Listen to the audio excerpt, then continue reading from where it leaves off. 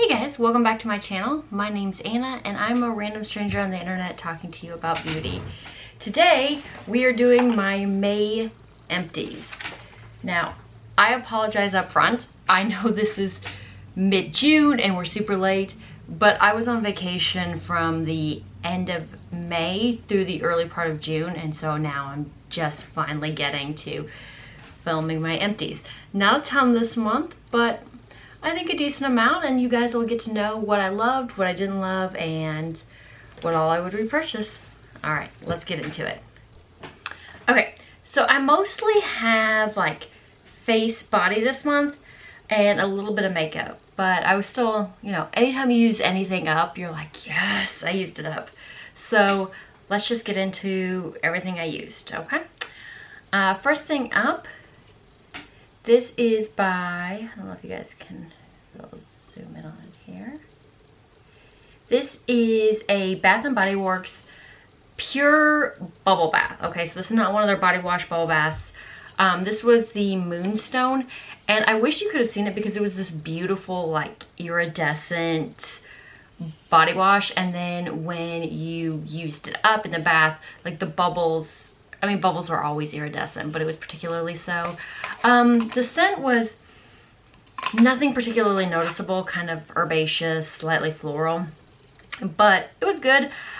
Here's my thing with Bath & Body Works stuff. Like, I'm never willing to pay full price for any of their products. I think this one was probably like, I'm sure $12 or $13, whatever. The notes on it, in case you're curious, was bergamot, which I love, Munget, don't know what that is, and lunar musk, which I believe is made up. But either way, while I'm never willing to pay full price for their stuff, if I catch it on a sale, I'm like, oh yeah, totally. So if I found this in, say, their semi-annual sale for $5-6, I would definitely pick it up again.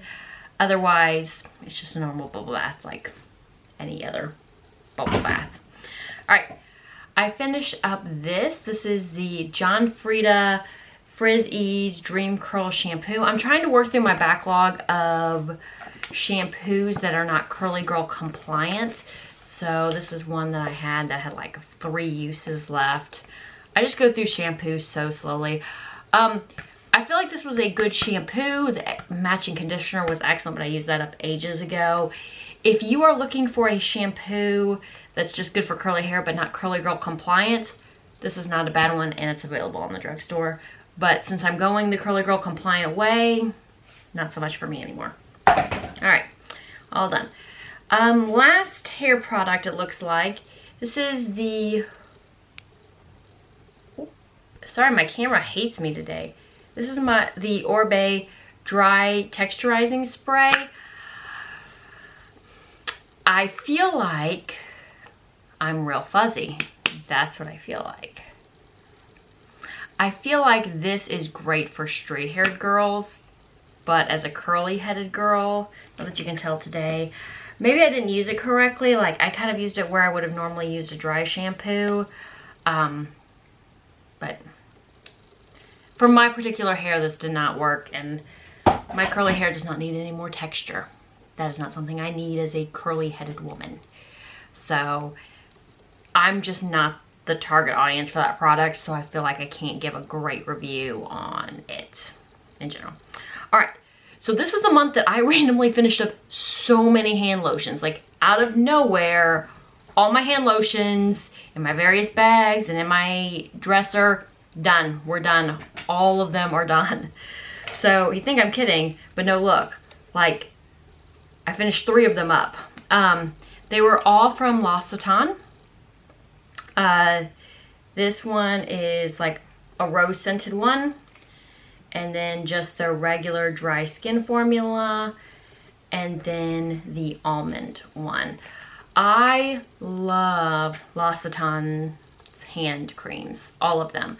I think they are the best on the market, and they're incredibly expensive, and I will give you that, and that's why I only get them when they're like gift with purchases. This brand is a brand I love to give as gifts because none of the women in my family will ever indulge in skincare or anything lovely for themselves. But you know, occasionally you'll get those little free gifts with purchases. That's what these were. And I love them all. And I would possibly considering repurchasing as like a nice gift for myself at some point. But they're fantastic. Another cream. This is the...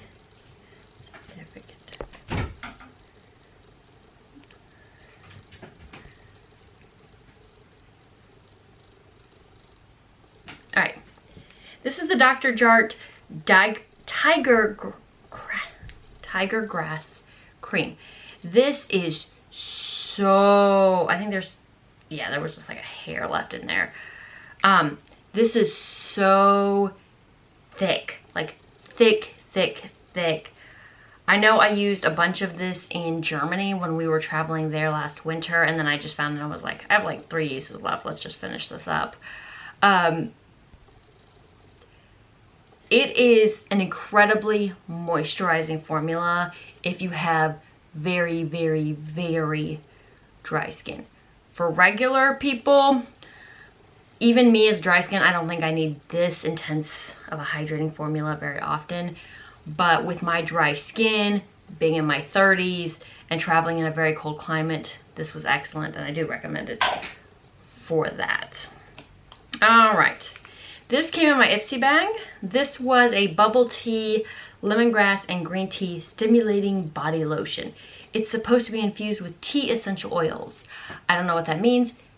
I hated this. I hated the scent. It smelled like lemon pledge. If that's your scent, go for it. We all like different things. I did not like smelling like my cleaner. And I didn't like the feel of applying this product. It was just so slippery thin. I was like, oh, I don't like this. I don't like this. I don't like this.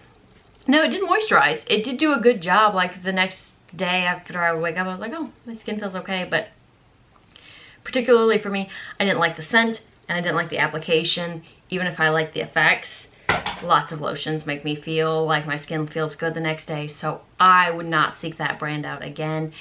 And I would not have probably sought it out if it hadn't come in my Ipsy bag. All right, one more bath product.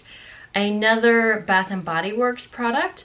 This is the Lavender and Sandalwood Olive Oil Body Scrub. It smelled incredible. It was a bit abrasive for me in terms of what I like as a body scrub. It had like the big, thick chunks of exfoliant. If you liked that, you would probably really like this product. If you also like the scent of lavender and sandalwood, it had a beautiful scent. It had a lot of olive oil. So after I would take a bath, I always take a bath, shave my legs, and do a really deep scrub. And when I would use this product, there would be this like oil film in my bath that I didn't care for. But the next day, my skin would be like, oh my God, because it's all that olive oil, right? So I would not seek it out for a variety of reasons. Again, the size of the grit of the scrub and just the way that I personally apply body scrubs being in the bath. But those are all personal preferences, and I can't say that there was anything necessarily wrong with the product. Just the way I prefer to apply it. Not ideal. All right. This was my Olay Age Defying Cleaner. This was my shower cleaner. If you hadn't seen my current shower routine video, I can link it up or down somewhere.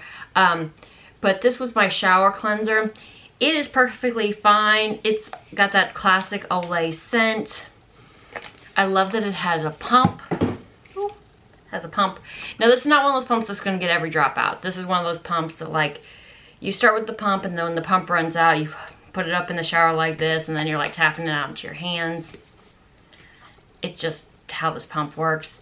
Classic Olay scent. It had a very fine grit to it. It doesn't say anything about exfoliating on here, but it definitely had a little something that was gritty in here. I was fine with this product. It was gentle. I didn't notice it at all. And I really don't want to feel that way about my morning face wash. I want my morning face wash, since it's the first thing I do in the shower. I want it to be something that I really notice and enjoy. So for that reason, I will not be repurchasing it. But again, not a bad product, just relatively unremarkable in every possible way.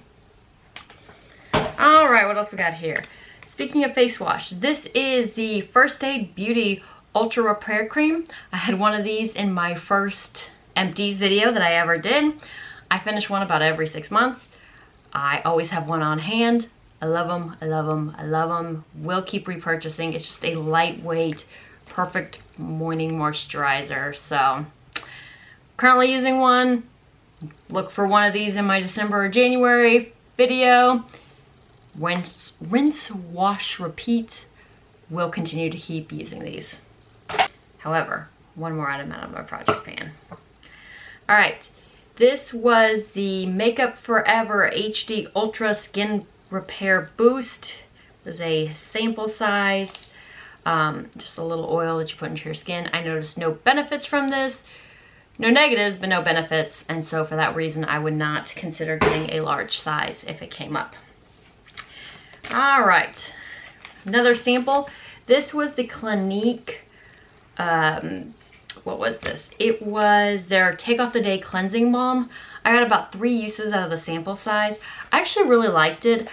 I have not priced it out, so I don't know if it'd be worthwhile for me, especially as I already have an oil cleanser that I really like. But I might consider it someday in the future if the price is right. It was a very enjoyable sample to use, and I would look into it in the future when my current oil cleanser runs out. I have 2 masks. This is the Clean & Clear Night Relaxing Jelly Eye Sheet Mask. I will be doing a review on this one shortly.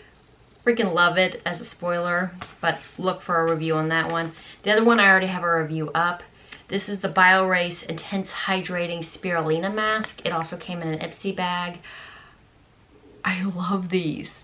I absolutely love these, and it made my skin feel fantastic. I have 1 more of these left, and I might actually look into buying the big pack of them because I just enjoyed every part about using that mask, and it really felt like it did something. Like a lot of masks, I'm like, oh, this is fun, I like the experience.